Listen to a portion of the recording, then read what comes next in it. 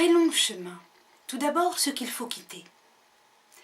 La foi biblique conserve le soubassement archaïque d'une foi en un Dieu, une divinité, qui donne la vie et se retire pour que l'homme agisse.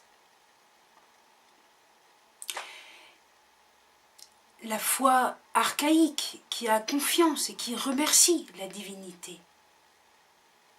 Ce qui libère l'homme de la peur de mourir. Tout cela est même renforcé par la Bible, puisque si Dieu est rempli de sollicitude pour l'homme, s'il veille sur lui par quelques miracles, il lui accorde quelques victoires dans l'histoire, alors il y a encore d'autres motifs d'action de grâce. Cependant, la foi biblique opère une rupture tout à fait nouvelle et radicale. Égyptiens, Mésopotamiens, Cananéens pratiquaient la voyance, la nécromancie, la magie, les sacrifices d'enfants. Les Hébreux vont rompre avec cela. Si vous voulez, la sortie d'Égypte, c'est aussi une rupture avec un mythe et des rites magiques. La signification de l'Exode, c'est rompre avec la tentation de toute puissance. Car qu'est-ce que c'est que l'attitude magique? C'est une attitude qui croit que l'homme avec des techniques ésotériques, la technique de l'occultisme, est tout puissant. Aujourd'hui, de nos jours, la tentation de toute puissance est liée à l'argent, au pouvoir médiatique, mais encore aux pratiques occultes et magiques, c'est toujours actuel. C'est pourquoi il faut connaître l'Ancien Testament. On ne peut pas être chrétien sans l'Ancien Testament. Le seuil de la foi, qu'on pourrait appeler Exode, consiste à respecter Dieu. On ne met pas la main sur la source. On ne prend pas la vie, on la reçoit. Au plan matériel comme au plan spirituel. La nouveauté de l'Exode, c'est pas tant qu'il y ait eu des miracles au désert avec de l'eau du rocher, peut-être que c'était une résurgence. La nouveauté de l'Exode, c'est qu'un peuple, un petit peuple, au lieu de faire de la magie, se met à recevoir les choses comme un don gratuit d'un Dieu qui nous aime. Voilà. Ça, c'est une révolution. Recevoir l'eau du rocher, la manne, et même l'écaille. Est-ce que c'était des oiseaux migrateurs épuisés qui s'abattaient sur le sol? Un don gratuit de Dieu qui nous aime. Un miracle en ce sens. Et qui nous appelle à une attitude non de magie, mais de foi, d'alliance et d'action de grâce. Et notez bien que ces petits miracles ont précédé l'alliance et la loi. Et la première loi, ce sera « Tu ne laisseras pas en vie la magicienne, tu n'auras pas d'autre Dieu ». C'est ça la première loi. La première loi, c'est la rupture avec la magie. On le voit dans le livre de l'Exode, dans le Deutéronome et du Lévitique. C'est clair. On continue. On va préciser un peu les choses. En Égypte, la force divine de la magie, auparavant privilège royal du pharaon, est progressivement devenue un instrument pour les conspirateurs contre le pharaon, Ramsès III, autour de l'an 1200. Ensuite même, c'était un instrument d'agression arbitraire, tout le contraire de la loi, des agressions arbitraires. Et ensuite, autour de l'an 1000, les oracles d'Ammon régissaient toute la vie politique et sociale. L'Égypte entre en décadence. Parallèlement à cela, les Hébreux grandissent dans l'alliance. Voilà. Je continue. Le peuple progresse. L'attitude d'alliance va développer le pôle, disons, mystique de l'action de grâce et de la louange. Alors que la magie fait tomber les hommes, les attire vers le pôle du maléfice. Au début, c'est une magie, voilà, pour faire venir le printemps, et très vite, c'est pour faire du mal, la conspiration contre Ramsès III, des agressions arbitraires. L'attitude d'alliance va au contraire développer des comportements bons, la bonté. Oh, la bonté, c'est pas les Hébreux qui l'ont inventée. Hein. Déjà, Hammurabi, 1750 avant Jésus-Christ, on le voit dans la stèle d'Hammurabi, qu'on appelle aussi le code d'Hammurabi, mais qui n'est pas un code législatif, tout au plus une jurisprudence, avait des choses qui ressemblaient à « tu ne tueras pas, tu ne voleras pas, tu ne commettras pas d'adultère, tu n'auras pas de convoitise ». Hein? Les Hébreux n'ont pas inventé ces choses fondamentales, mais l'attitude d'alliance va vraiment les développer. Si j'ai confiance en Dieu, si je respecte Dieu, si je ne cherche pas à le prendre comme on essaye de capter une source, alors spontanément je vais aussi respecter mon prochain. Ne pas tuer, ne pas voler, ne pas commettre d'adultère, ni de médisance, ni de mensonge, qui est une forme de violence.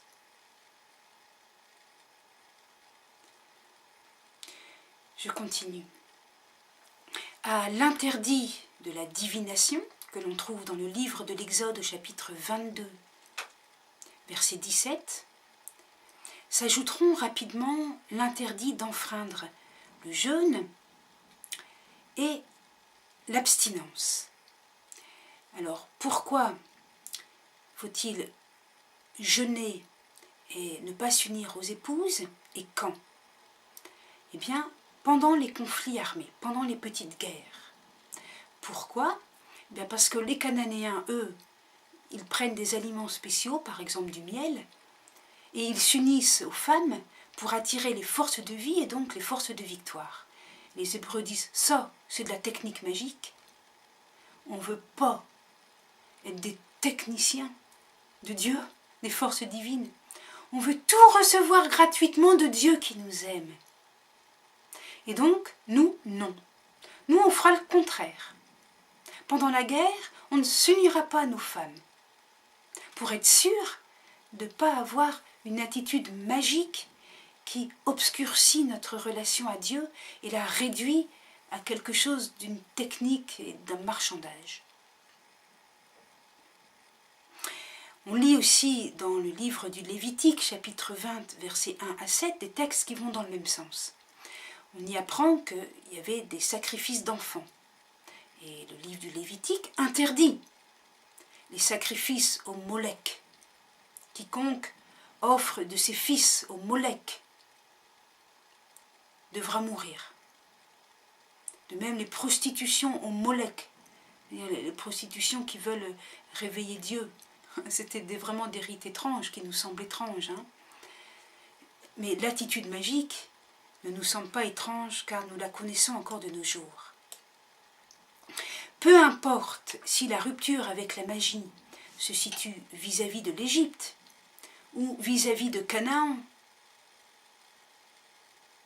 de toute façon, il y avait beaucoup d'allers-retours en Égypte. On en a vu avec Abraham, auparavant avec Joseph, Moïse, il y en a eu encore d'autres à chaque fois qu'il y a des grandes sécheresses.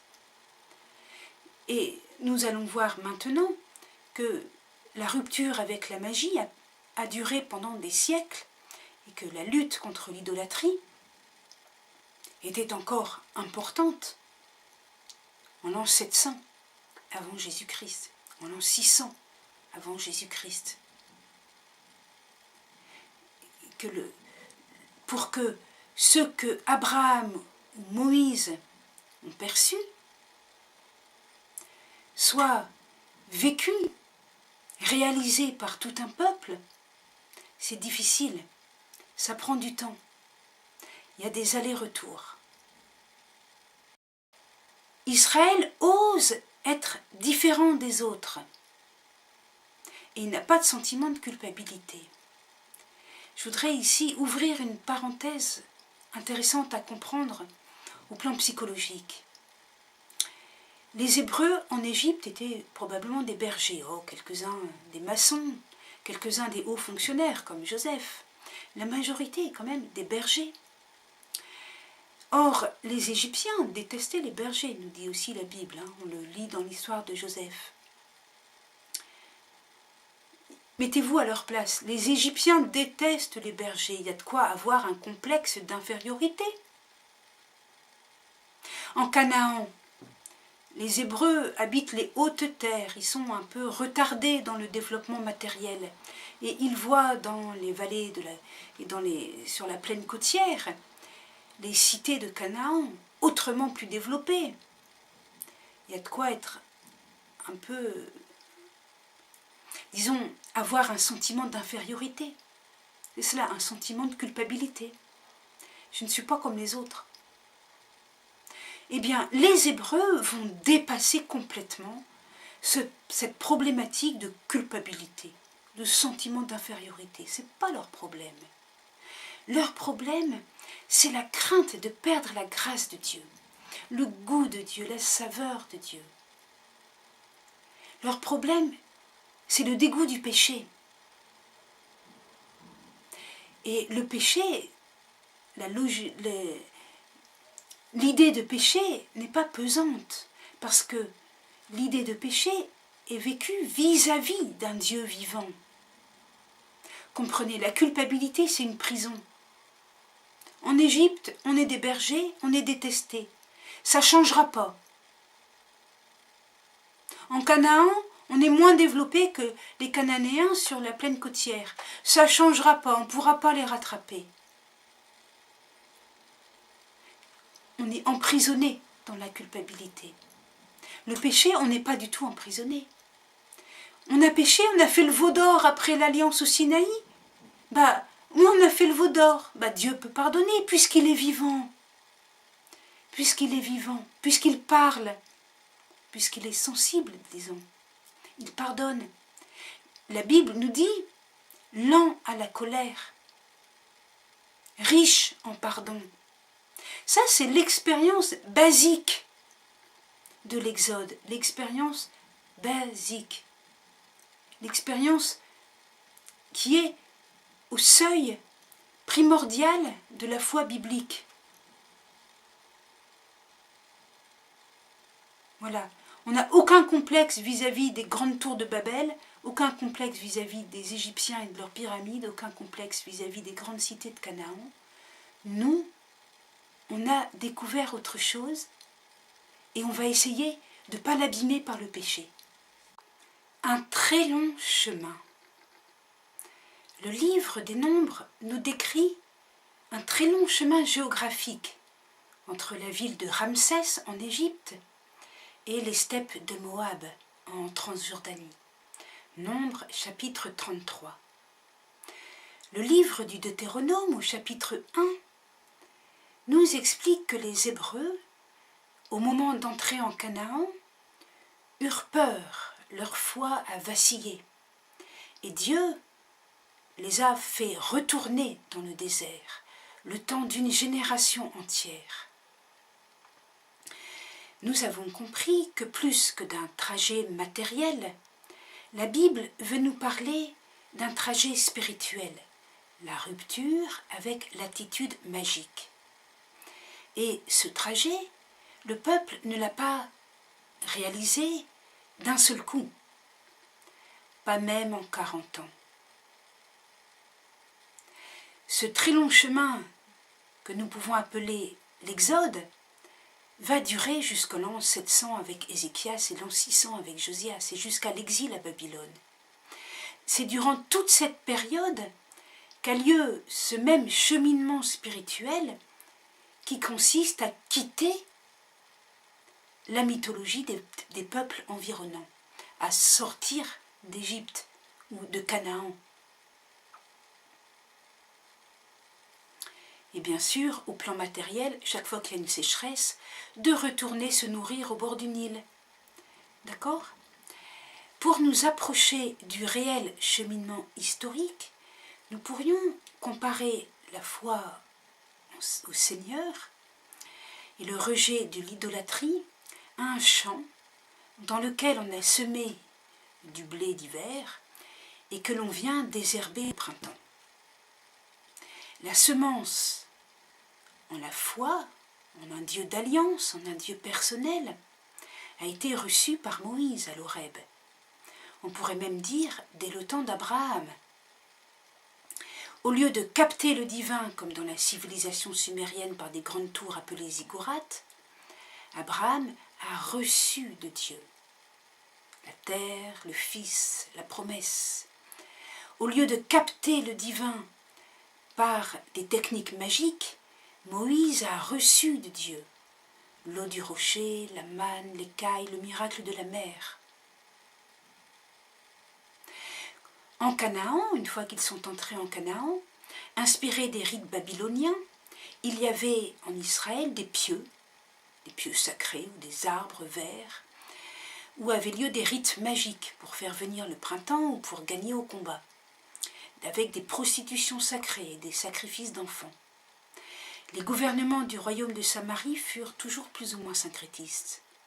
Et dans le royaume de Jérusalem, il y eut de l'idolâtrie au temps de Salomon, premier livre des rois, chapitre 11, au temps de Roboam, chapitre 14, et jusqu'à Manassé, deuxième livre des rois, chapitre 21, et même encore après la réforme de Josias.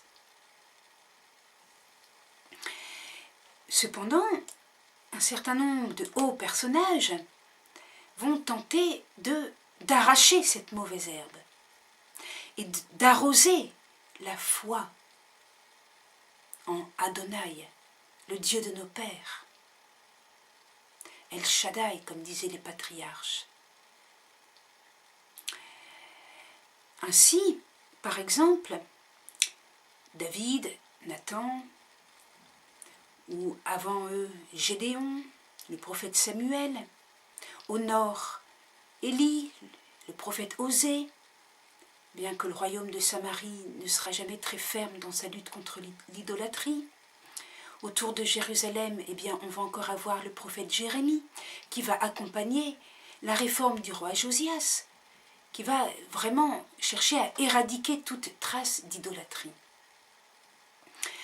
En bref, on peut parler de cette période comme d'un très long cheminement pour quitter l'attitude magique et résister, disons, non pas aux pressions médiatiques comme à notre époque, mais aux pressions culturelles des peuples voisins.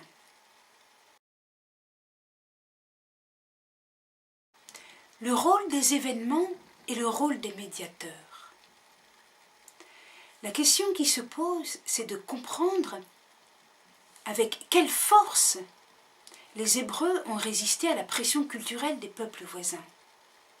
Oui, le fait est qu'ils se distancient des mythes et des rites qui les entourent. Mais d'où vient la force de cette distanciation ? Pour évoquer la foi des Hébreux, l'écrivain biblique ne s'appuie pas seulement sur des miracles, tels que le miracle de la mer, le miracle des cailles. Est-ce que c'était simplement des oiseaux migrateurs épuisés qui se posaient sur le sol et qui étaient faciles à prendre ? L'eau du rocher, est-ce que c'était simplement des résurgences ? Vous sentez que ces miracles sont à la fois magnifiques et fragiles. À nos yeux modernes, mais aussi aux yeux des peuples hébreux, ils n'étaient pas idiots. Et continuons. Est-ce que la foi dans le Seigneur s'appuie sur des faits matériels, naturels, ou est-ce qu'il y a autre chose ? Est-ce que la force de se distancier des mythes et des rites égyptiens ou cananéens vient d'un concours de circonstances qui permet une libération merveilleuse en sortant d'Égypte, ou est-ce qu'il y a autre chose? Eh bien, soyons rationnels. Il semble qu'il est plus rationnel de penser qu'il y a autre chose.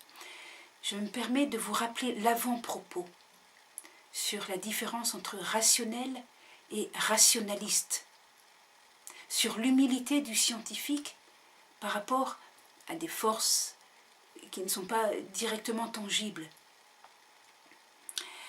La Bible nous raconte que la force de quitter les rites païens environnants leur vient d'une certaine révélation que Dieu fait à certains personnages, donc des médiateurs. Abraham, Moïse et beaucoup d'autres.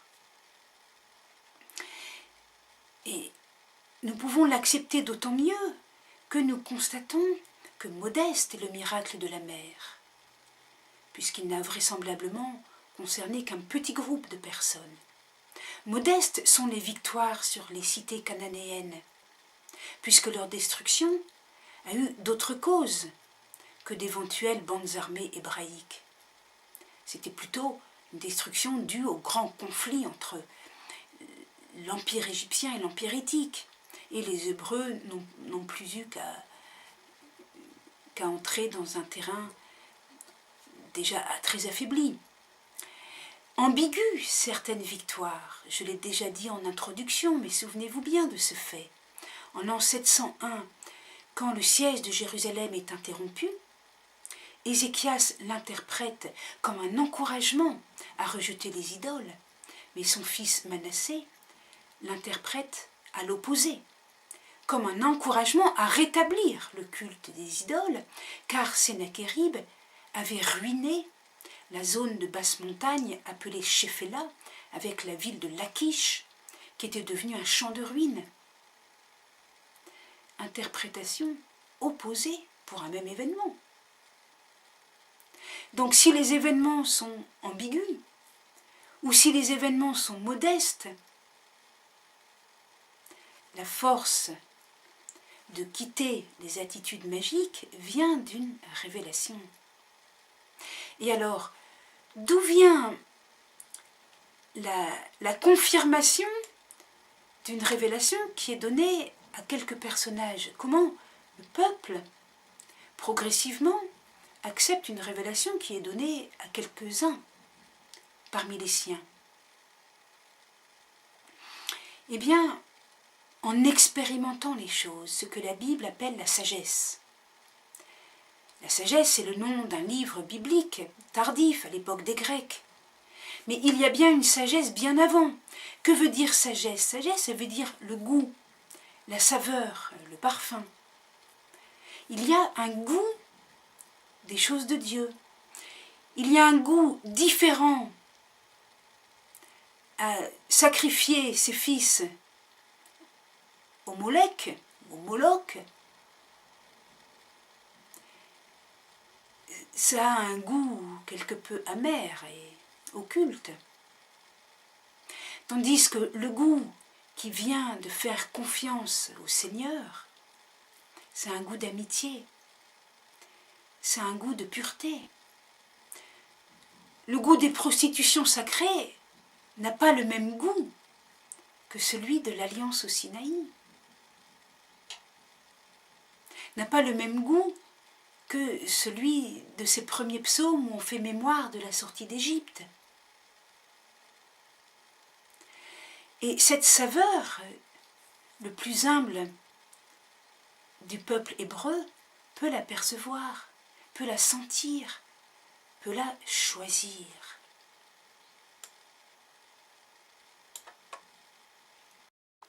C'est donc une question de conscience, plus qu'une question de logique. La logique est fragile, on le voit surtout dans l'histoire d'Ézéchias et Manassé. La conscience est une lumière, un goût qui ne trompe pas,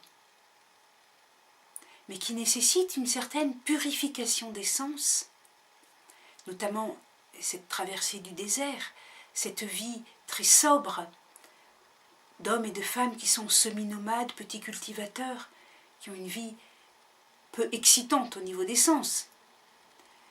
et qui peuvent donc être suffisamment pures pour percevoir la différence entre une saveur païenne et la saveur de cette foi nouvelle, le Dieu de nos pères. Alors pourquoi ils ont mis si longtemps à cheminer? Tout de même, les Hébreux proviennent du Moyen-Orient ancien. Ils ne viennent pas du pur néant. La foi d'Abraham et de Moïse, d'Élie et des autres, est nouvelle dans le contexte du Proche-Orient ancien. Et si nous regardons ce qui se passe quand il y a une nouveauté dans le monde des idées, dans le monde de la pensée, c'est toujours long à être accepté. On parle parfois d'un nouveau paradigme. Un paradigme, c'est une manière de considérer une science, de considérer l'univers. Quand on change de paradigme, la science change de but, change sa façon de voir, change ses schémas. Je donne un exemple très simple que tout le monde va comprendre. Au Moyen-Âge, en Europe, on pensait que les astres étaient fixes, immuables, que l'univers ne changerait pas. Et voilà qu'un jour, en l'an 1054, il y a eu un astre, une étoile qui a explosé, provoquant une lumière très vive et intense pendant plusieurs jours. On en a la trace dans les écrits chinois. Les savants chinois ont tous vu le phénomène et l'ont noté, parce que eux, ils ne considéraient pas que l'univers était immuable, mais il pouvait y avoir des changements. Alors ils ont vu cela, c'était nouveau, ils l'ont noté. En Europe, le paradigme, la façon de concevoir les choses était qu'il ne pouvait pas y avoir de changement. Avec Aristote, on pensait que tout était immuable. Et alors, quand on a vu le phénomène, on s'est empressé de l'oublier. Et donc, on a commencé à accepter le phénomène beaucoup plus tard, à l'époque moderne. Et on a dit, bah oui, il y a eu une étoile qui a explosé, c'est la constellation du Crabe. Eh bien, la naissance d'une foi nouvelle, ça ne peut pas se faire non plus du jour au lendemain. Parce que c'est un changement de paradigme. Ça va changer toute la façon de voir. Ça va changer la façon de raconter la création du monde. Ça va changer la façon de célébrer le culte, de même de bâtir un temple, et même de se marier. Ça va tout changer. Mais ça ne peut pas se faire en un jour au Sinaï. Ça ne peut pas se faire en 40 ans de traverser au désert. Ça se fait lentement. Ceci dit, c'est historique. Ce changement a eu vraiment lieu. L'Exode, c'est vrai. Si vous voulez, la sortie d'Égypte, la traversée du désert, c'est vrai. Mais ce n'est pas tout à fait exactement comme la Bible le raconte. Ce n'est pas un peuple entier bien constitué qui passe 40 ans au désert, dans un désert inhospitalier où il n'y a rien à manger. Ce n'est pas tout à fait comme ça. D'accord ? Il y a donc une lecture théologique des événements. Un récit théologisé. Ça veut dire résumé, où les écrivains ou l'éditeur a voulu souligner la signification des événements. Mais à la base, il y a quelque chose de tout à fait vrai et de fondamental. Comme précédemment, nous ouvrons la perspective en observant la cohérence jusqu'au Nouveau Testament. La tentation de la magie existe encore dans l'Église primitive. Le livre des Actes des Apôtres, au chapitre 8, versets 9 à 25, nous raconte comment Simon le magicien cherche à acheter le pouvoir de faire des miracles auprès de l'apôtre Pierre. Évidemment, Pierre le reprend très sévèrement. Nous autres, dans l'Église, nous savons que les rites chrétiens ne sont pas de la magie. La messe, par exemple, n'est pas un rite magique. Ce n'est pas une sorte de technique pour obtenir une guérison.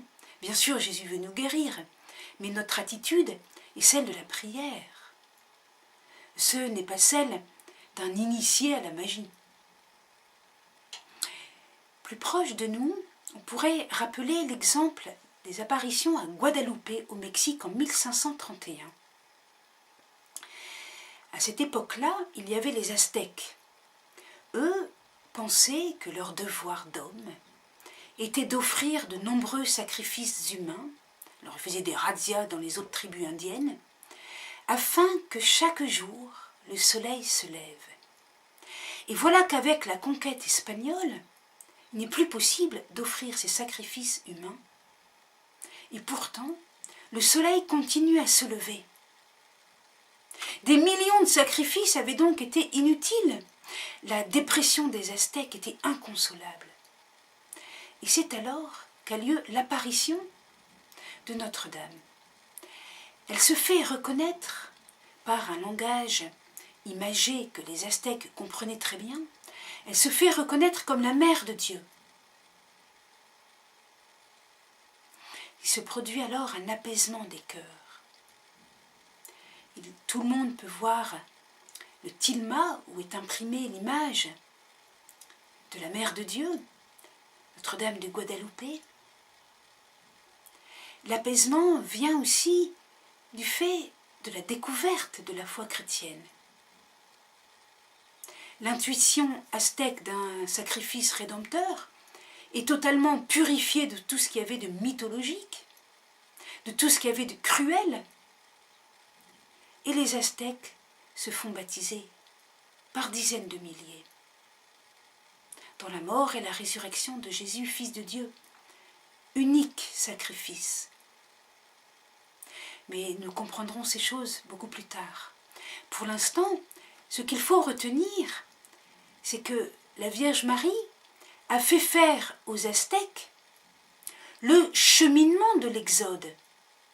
Alors, elle ne leur a pas fait traverser la mer Rouge, elle ne leur a pas donné la manne au désert, mais elle leur a fait quitter le comportement magique, un sacrifice humain pour que le soleil se lève.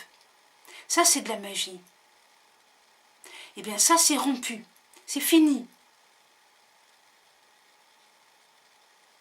Cette rupture avec la magie, elle est fondamentale. On ne peut pas devenir chrétien sans cette rupture. Voilà.